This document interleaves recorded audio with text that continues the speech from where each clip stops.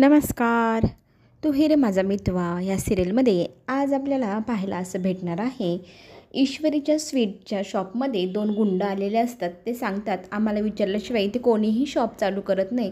तुम्ही लवकरात लवकर शॉप खाली करायची धमकी ते देत असताना तिथे अर्णव येतो. अर्णवला पाहिल्यानंतर ईश्वरीच्या जीवात जीव येतो आणि मग त्यांना ती म्हणू लागते की आता आमचे अर्णव सर आले, तुमची काही खेर नाही.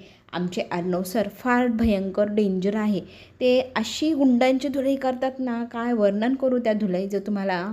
आता सरांनी जर सुरुवात केली की तुमच्या दोघांचं इथे काहीच उरणार नाही.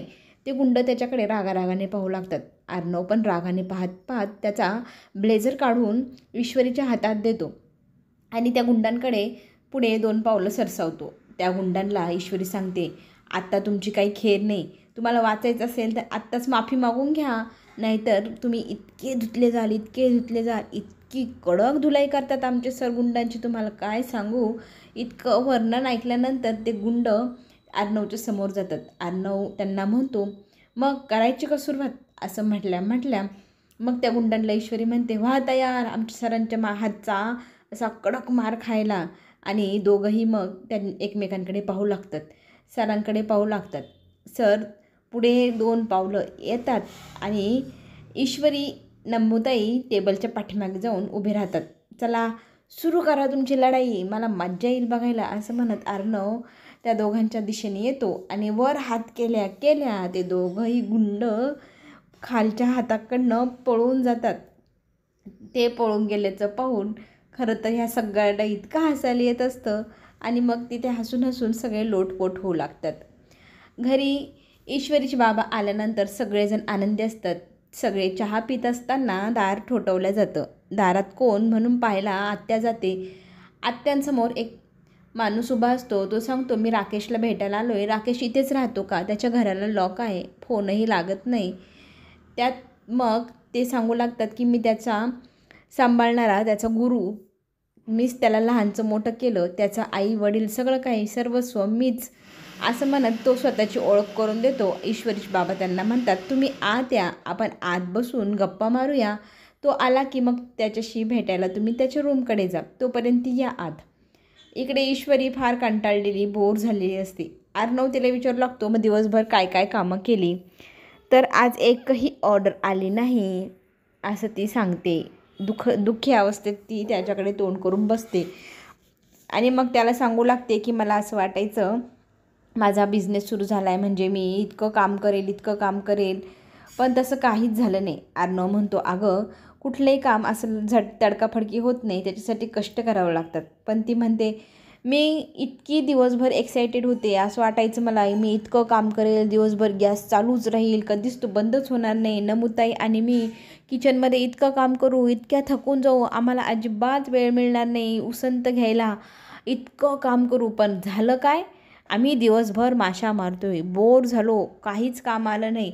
अख्खा दिवस गेला, एकही ऑर्डरही आली नाही, साधी इन्क्वायरीसुद्धा आलेली नाही, असं म्हणत ती दिवसभराचं वर्णन करते. तिने आज स्वतःचा आत्मविश्वास गमावून टाकला, असं सांगत अर्णवसमोर तोंड बारीक करून ती बसते. इकडे ईश्वरीचे बाबा मास्तरजींसोबत बोलत असतात. मास्तरजी सांगत असतात, त्याला लहानचं मोठं मी केलं, त्याचे आईवडील आणि तो राहायचा. गणपतीच्या दिवसात तो दुर्वा आणायला बाहेर पडला आणि घरावर पावसाळ्यात दरड कोसळली. त्याचं घरात कोणीच उरलं नाही. मग त्याचा सांभाळ आम्ही गावकऱ्यांनी केला. लहानचं मोठं मी केलं, शिक्षण पूर्ण केलं आणि मग त्याला नोकरीला लागून इथे पाठवून दिलं. त्याच्या आयुष्याचे सगळे निर्णय जवळजवळ मीच घेतो. त्याच्या आयुष्यात एखादी सुंदर कन्या यावी, त्याला ना भारी आवड लोकांची सेवा करण्याची. त्याच स्वभावाची एखादी मुलगी भेटली तर दोघांचं कल्याण होऊन जाईल आणि त्या दोघांचं आयुष्य सुरळीत चालू झालं की मलाही त्याचं टेन्शन राहणार नाही, असं म्हणत त्यांच्यासमोर गुरुजी बोलू लागतात. फक्त आणि आता त्याची काळजी लग्नाचीच राहिली, नाही तर बाकी त्याला कसलंही व्यसन नाही, चांगला स्वभाव आहे, नोकरीही चांगली आहे, असं म्हणत तुमच्या नजरेत एखादी मुलगी असेल तर मलाही ती सुचवा. त्यातली त्यात ईश्वरची बाबा म्हणतात, हो आम्ही ना लवकरात लवकर एक मुलगी नजरेत आहे, त्याच्याविषयी तुमच्याशी बोलू. इकडे जय आत्या म्हणते, लवकरात का आत्ताच का नाही बोलत हा दादा. पण दादा तिला खुणवतो, जरा शांत हो. मग ते निघण्यासाठी तयार करतात. तेव्हा ते म्हणतात, मला राकेशसोबत फोनवर बोलायचं आहे, माझा फोन बंद पडला आहे तेव्हा तुम्ही त्याला फोन लावून देता का, मी त्याच्याशी फोनवर बोलून घेतो. मग ईश्वरीचे बाबा लगेच फोन बाहेर काढतात आणि राकेशला फोन लावू लागतात. इकडे राकेश मात्र फार खुश वाटच पाहत होता फोन येण्याची. काम आपलं फत्ते झालं आहे याचा अर्थ. मग तो फोनवर बोलतो, आलो आहे मी, इथे बाहेरच आहे, 2च मिनटात घरात येतो असं म्हणत फोन कट करतो आणि लगेच धावत धावत घरामध्ये जातो. आणि घरात जाऊन पाहतो तर काय, आपले गुरुजी कधी आले असं म्हणत त्यांच्या पाया पडू लागतो. आणि काही त्रास तर दिला नाही ना माझ्या सरांनी तुम्हाला, माझ्यामुळे तुम्हालाही त्रास झाला, चला गुरुजी आपण आपल्या रूममध्ये जाऊन बसूया. तेव्हा ईश्वरीचे बाब म्हणतात, काही नाही रे, कसले आम्हाला तकलीफ, आम्ही छान गप्पा मारल्या. गुरुजी सांगू लागतात, मी एकदम व्यवस्थित त्यांच्याशी बोललो आहे, सगळा विषय आमचा झाला आहे, त्यामुळे तू टेन्शनच घेऊ नको. आता राहिला विषय तुझ्या लग्नाचा, तर हे तुझ्यासाठी एक मुलगीही पाहणार आहे, त्यामुळे तर आता अजिबातच तुझी काळजी मला राहणार नाही. तेव्हा ते सगळेजण हसू लागतात. त्या सगळ्यांना पाहून राकेश त्यांना म्हणतो, काय गुरुजी तुम्ही पण, मला तर लाजायल्यासारखं होते, काही पण विषय तुम्ही काढतात बुवा असं म्हणत तो त्यांची बॅग उचलतो. चला बरं. आणि गुरुजी निघताना पुन्हा एकदा ईश्वरीच्या बाबांना आठवण देतात, ते तेवढी मुलगी पाहिली की मला कळवा हं. ते म्हणतात, हो नक्की. राकेश लाजतो, हसतो आणि त्याची झालेली ती अवस्था पाहून सगळ्यांना हसायला येतं.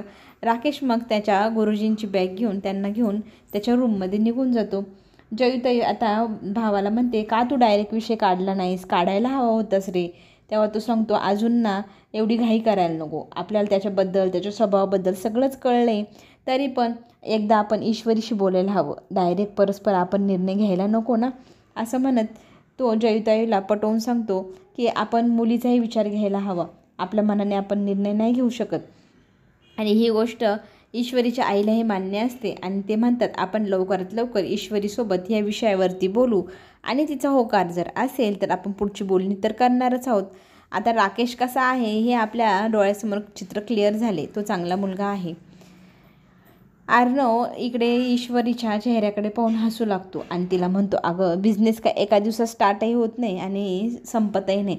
मी जेव्हा हे सगळं माझं टेलरिंगचं काम करायचो तेव्हा फॅब्रिक्स डिझाईन्स सगळं काही मी बॅगेत भरायचो, घरोघर दारोदार जायचो, तेव्हा जाऊन कुठे माझा बिझनेस मोठा झाला. आधी कष्ट करावं लागतात, लगेच नाही आपला बिझनेस मोठा होऊन आपण यशस्वी होत.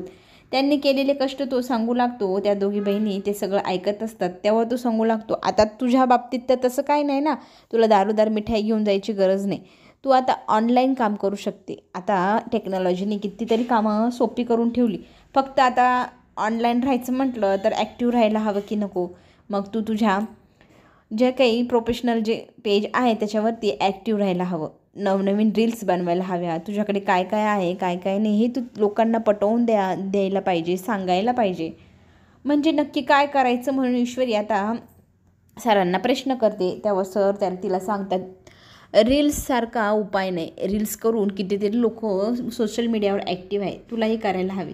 ती रील्स करायला तयार तर होते सरांच्या हट्टाखातर, पण तिच्याकडनं ते होतच नसतं. दोघांमध्ये तिथे वाद होतो. हल्ली तर इतर वेळ तर तो कितीतरी बडबड करत असते, 2 शब्द तुला ह्या कॅमेऱ्यासमोर बोलता येत नाही. तेव्हा ती म्हणते, तुम्हाला काय माहिती किती लागली माझी इथे, आता मला नाही जमते तर नाही जमते, किती भीती वाटते, किती धडधडते. तेव्हा तिच्यासमोर दोघांची भांडणं चालू असताना नम्रता म्हणते, बस झालं यार तुमची भांडणं, माझ्या हाताला इथे लाईट पकडून कळ लागली आणि तुझी रील्स पण तयार होत नाही. त्यावेळेला ती ताईला म्हणते, ताई काय अशी करते, मला रील्स बनवताना किती तकलीफ होते, तुला काय माहिती. त्यातली त्यात दोघंजणं वाद घालत असताना लपून एक व्यक्ती त्यांचा पाठलाग करते, त्यांची शूटिंग काढते, हे त्यांना माहीतही नाही. एक व्यक्ती त्यांच्यावर नजर ठेवते. इकडे अर्णव तिला शेवटची चान्स असं म्हणत आता चांगलं झालं पाहिजे परफेक्ट रील तिला तयार करतो आणि मग ती त्या रील्समध्ये एकदम परफेक्टली ॲक्ट करते, बोलते आणि ते रील एकदम छान झालं आहे म्हटल्यावर अर्णवच्या चेहऱ्यावर हसू येतं आणि ती रील पूर्ण झाल्यानंतर सगळ्यांना आनंद होतो, फायनली रील तयार झाली. इकडे त्यांच्यावर पिछा करणारा, त्यांची शूटिंग काढणारा एक व्यक्ती तिथे गुपचूप त्यांची सगळी शूटिंग करत असतो. मग ईश्वरी म्हणते, झालं ना तुमच्या मनासारखं, दाखवा मला ती रील कशी बनली आहे. मग तो दाखवू लागतो रीलमध्ये काय काय ईश्वरी बोलली, कसं झालं आहे रील, छान झालं आहे रील असं म्हणत मग तिघंही रीलचं कौतुक करू लागतात. फायनली आपण रील करूनच दाखवली, आता काही टेन्शन नाही, आपण ती लवकरात लवकर सोशल मीडियावर अपलोड करू आणि आडनावचा एक मित्र जो आहे तो ह्या सगळ्या गोष्टीत तिला मदत करू शकतो. त्याला भेटायला जायचा हट्ट ईश्वरी करते. एवढ्या रात्री तिकडे बदलापूरला जायची गरज आहे का? पण ईश्वरी म्हणते सकाळी तुम्हालाही काम असेल, मलाही किचनवर जायचं असतं, त्यापेक्षा आपण आत्ताच जाऊन त्याच्याशी बोलून भेटून घेऊया. एवढ्या रात्री निघालो आहे म्हटल्यावर तुझ्या आईला सांगितलं आहे का? तुझ्या आई नाही तर म्हणायची माझी मुलगी कुठे गेली. मग इकडे दोघांमध्ये बोलणं चालू असताना अर्णव तिला म्हणतो, जर मी तुला ह्या क्षणाला किडनॅप केलं हे तुझ्या आईला जर कळलं तर तुझी आई काय रिॲक्ट करेल? मी तिला फोन करून जर म्हटलो तुमची मुलगी माझ्याकडे किडनॅप केली आहे, मला 12 लाख रुपये आणून द्या, हे बोलणं ऐकलं तुझ्या आईची काय अवस्था होईल? त्यावेळेला ईश्वरीला फार हसायला येतं आणि ती म्हणते, तुम्ही इतके फनी कलाकार आहात, तुमचं हे एवढं मोठं कला कुठे लपवून ठेवतात तुमच्या अंगात, तर कितीतरी कॉमेडी भरली आहे, ती कॉमेडी दडवून ठेवतात काही तर वेळ. रागाने अर्णव तिच्याकडे पाहतो, तुला मी इथे कॉमेडी करणारा दिसतोय का? मग ती घाबरते, त्यांना म्हणते सर मला भीती वाटते, तुम्ही पुढे बघा, माझ्यावर असे रागवून पाहू नका. आणि अर्णवला हसायला तर दोघंही हसतात आणि पुढे आपल्या मार्गाला निघून जातात.